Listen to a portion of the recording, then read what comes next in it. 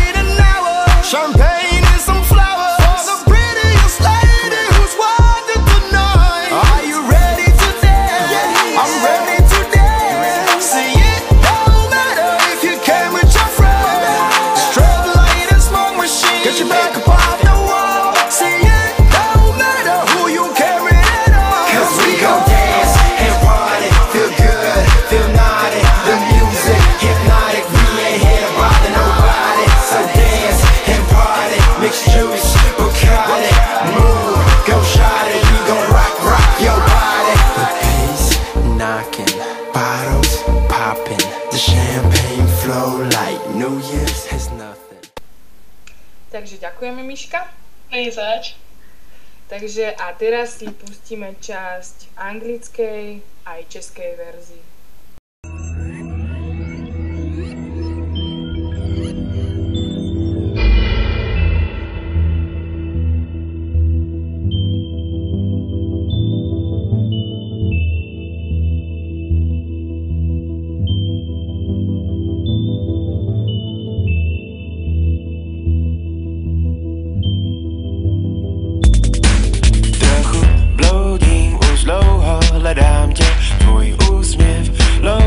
A doufám, že spatřím tě znova, si moje supernova, modrofialová. A s každou chvílí někde v mé hlavě podezření sílí, že už tě znám, přístroje šílí, ty tváří se hravě, tak prozrať mi pravdu, ať už jasno. Static on the radio, slightly of the usual, I'm reaching for my telescope, I think I spotted UFO. Hey, this is incredible, you're so unpredictable, so not prepared for you, I gotta know you from Mars, way beyond the stars, so let me beam you into my arms, take a trip with me to my galaxy, 'cause baby, you are all I need.